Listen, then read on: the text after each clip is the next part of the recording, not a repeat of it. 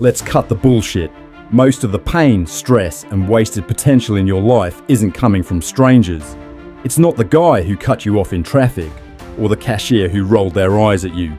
It's the people you let sit at your table, the ones you call friends, family, colleagues. They look normal on the surface, but every time they open their mouth, they bleed poison into your mind. And poison doesn't kill you in one gulp, it kills you drop by drop. You know, it's true.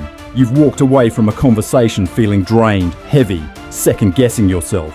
That's not random, that's psychology. Studies out of Stanford show chronic complaining can physically shrink your hippocampus, the part of your brain responsible for memory and problem solving. Think about that. One negative voice repeated enough times literally rewires your brain to be weaker, and still you hang around. Why? Because society tells you loyalty is a virtue, even if the person you're loyal to is an anchor around your neck. Here's a fact most people ignore. A single toxic personality can tank the performance of an entire team. Researchers call it the bad apple effect. One person who constantly complains, gossips, or plays the victim drags down creativity, motivation, and results for everyone else. You've seen this at work, maybe even at home.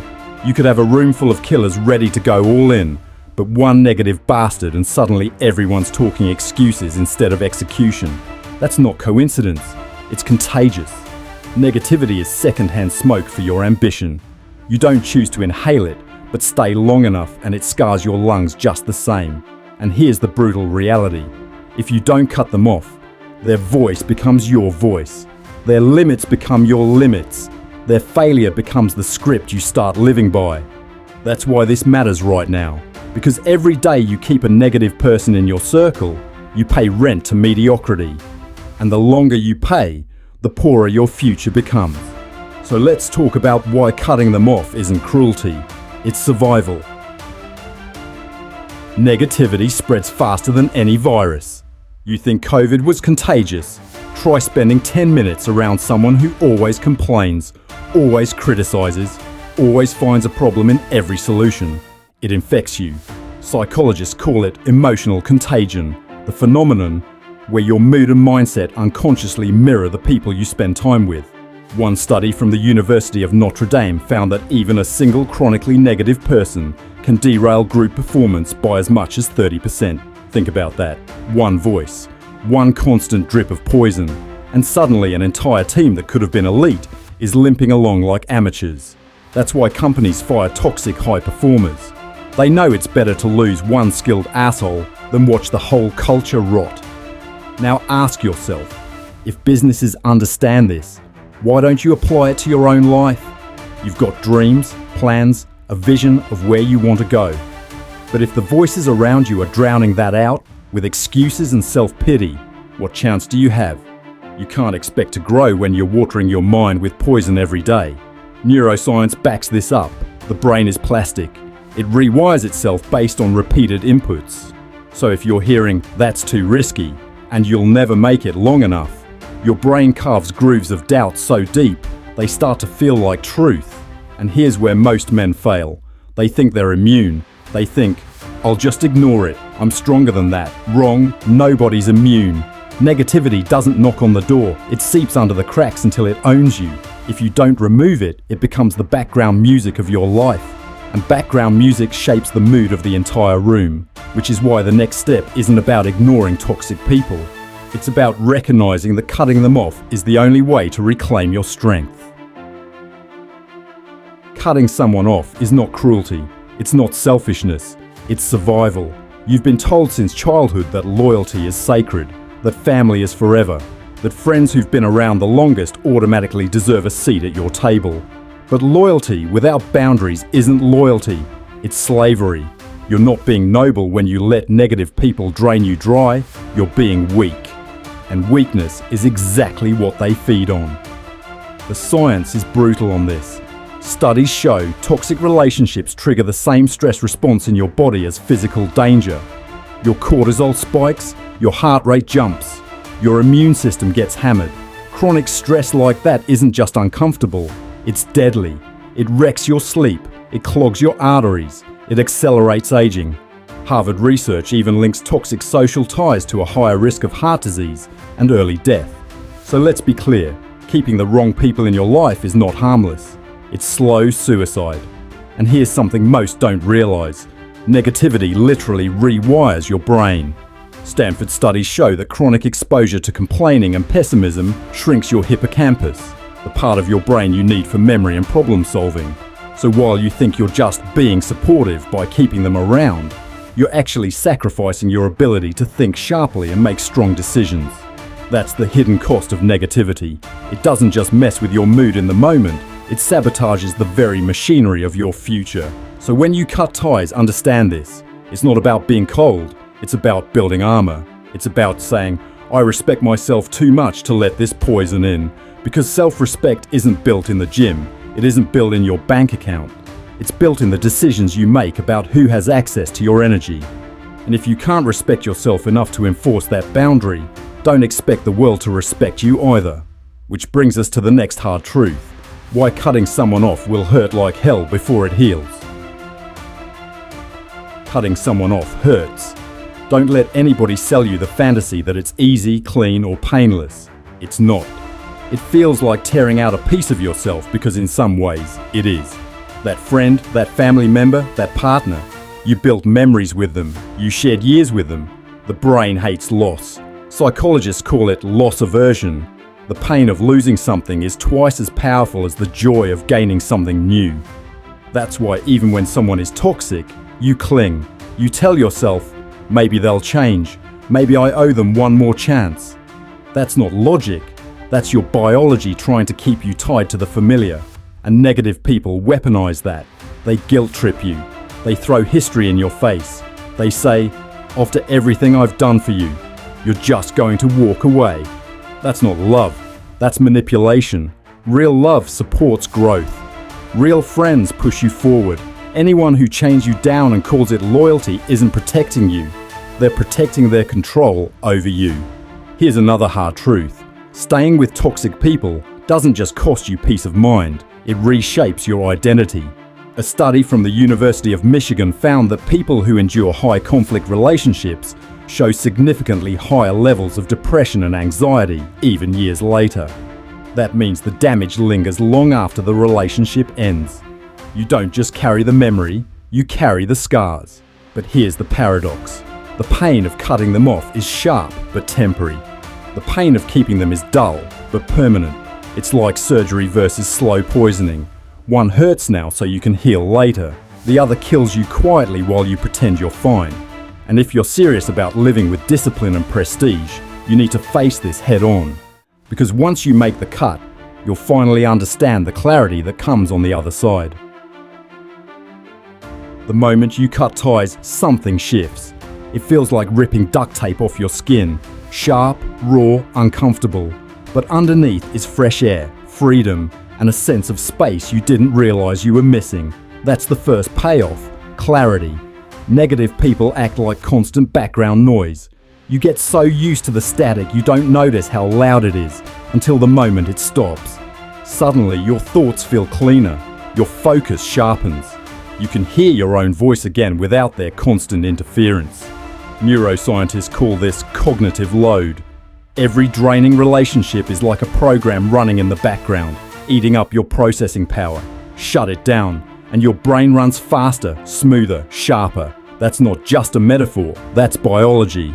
Studies out of UCLA show that high-stress social environments suppress activity in your prefrontal cortex, the part of your brain responsible for decision-making, planning, and self-control. Cut off the toxic input, and you literally regain mental horsepower. And let's talk energy. You've probably walked away from certain people and felt like you needed a nap. That's no accident. Emotional vampires exist, and science proves it. A study published in the Journal of Applied Psychology found that exposure to workplace negativity directly lowers energy levels and increases fatigue, even if you're not the one doing the complaining. Just being around it drains you, which means removing it gives you back hours of fuel every single day. That's why cutting ties isn't the end, it's a reset. It's setting down a backpack of bricks you didn't even realize you were carrying. And in that silence, in that newfound space, something powerful happens. you see what's possible again.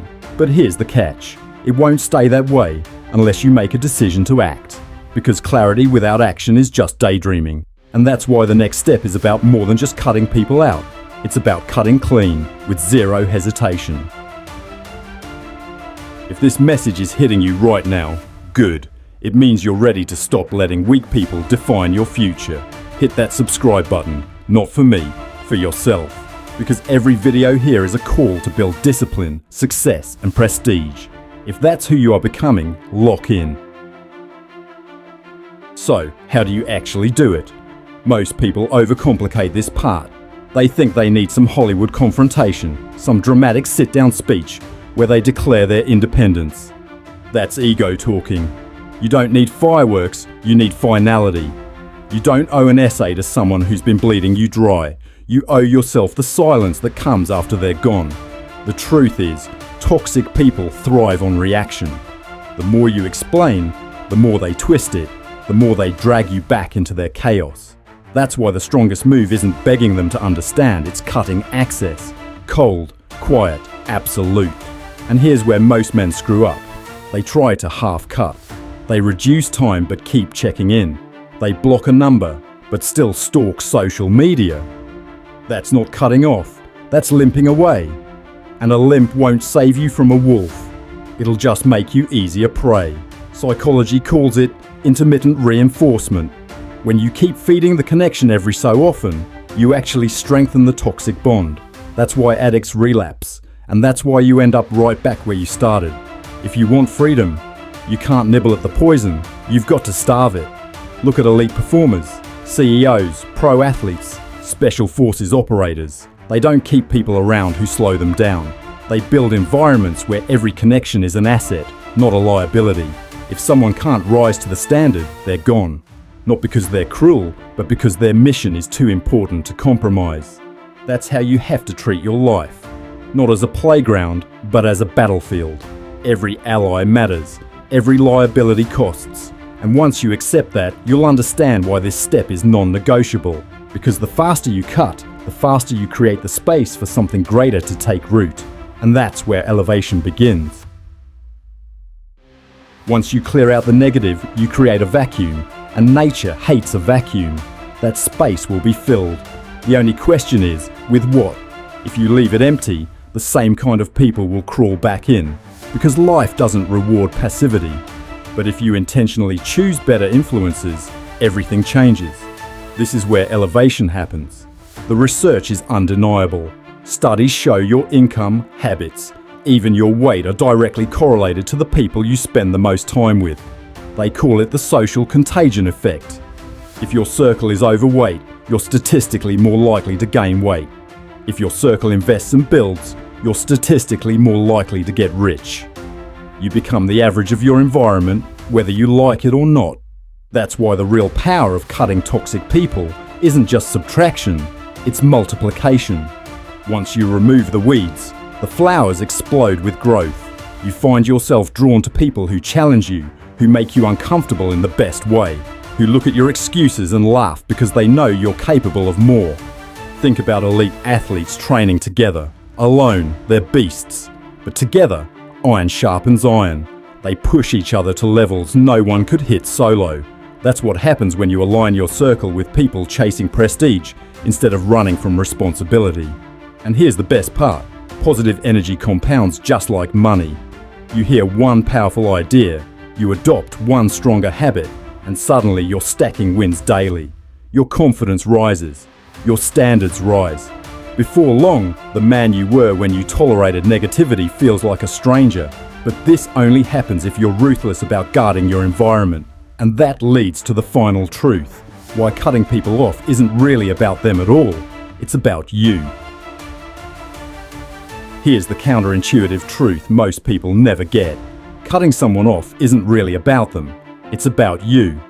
You think you're removing a toxic person from your life, but the deeper reality is you're retraining your brain. Every time you tolerate negativity, you send a signal to yourself that this is acceptable, that mediocrity has a place at your table, and every time you cut it out, you reinforce the opposite, that your standards are higher, that your life is not open to compromise. That's the real win. Because the brain is plastic. It adapts, it rewires. Stanford research shows repeated exposure to negative input shrinks your hippocampus, the part of your brain responsible for memory and growth. So when you cut someone off, you're not just silencing their voice. You're protecting your capacity to think, to create, to lead. You're saying, my future matters more than your drama. Think of it like weight training. When you drop the bad form, the sloppy reps, you don't just avoid injury, you actually strengthen the right muscles. Cutting ties works the same way. You're building the muscle of self-respect, the discipline to choose long-term growth over short-term comfort. That's why it feels so powerful when you finally do it. Because you're not just walking away from them, you're walking toward a stronger version of yourself. And the irony? Once you elevate, once you start living by higher standards, those same people you cut off will call you arrogant, cold, ruthless. Let them. That's the price of growth. Lions don't apologize to sheep. And if you want to live with prestige, you can't lower yourself to fit inside cages built by weak minds.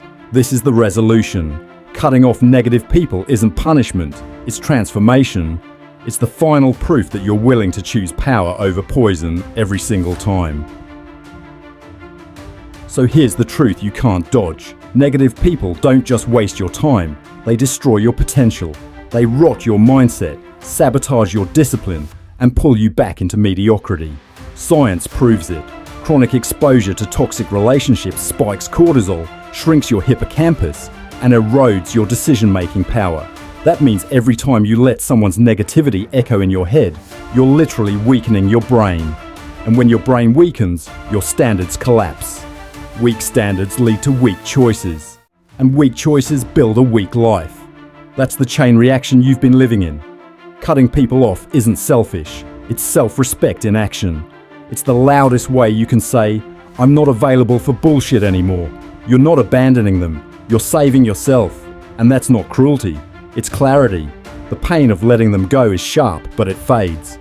The cost of keeping them is endless, and it compounds. The longer you wait, the deeper the damage. That's why winners are ruthless with their environment. They know you can't build greatness in a room full of complainers. You can't chase excellence while babysitting excuses. You can't climb if someone's always pulling at your ankles. So you draw the line. You cut, you clean, you move forward. And the moment you do, everything changes. Energy comes back, focus sharpens. Your circle rises in quality. Because you finally made room for it. That's how transformation begins. Not with another book, not with another motivational quote, but with a single decision. This person no longer has access to me. So remember this. Your future is too valuable to rent out to negativity. Protect it, guard it, and never apologize for it. Because the man who refuses to cut off the wrong people will never become the man he was meant to be. And that, right there, is the path to prestige.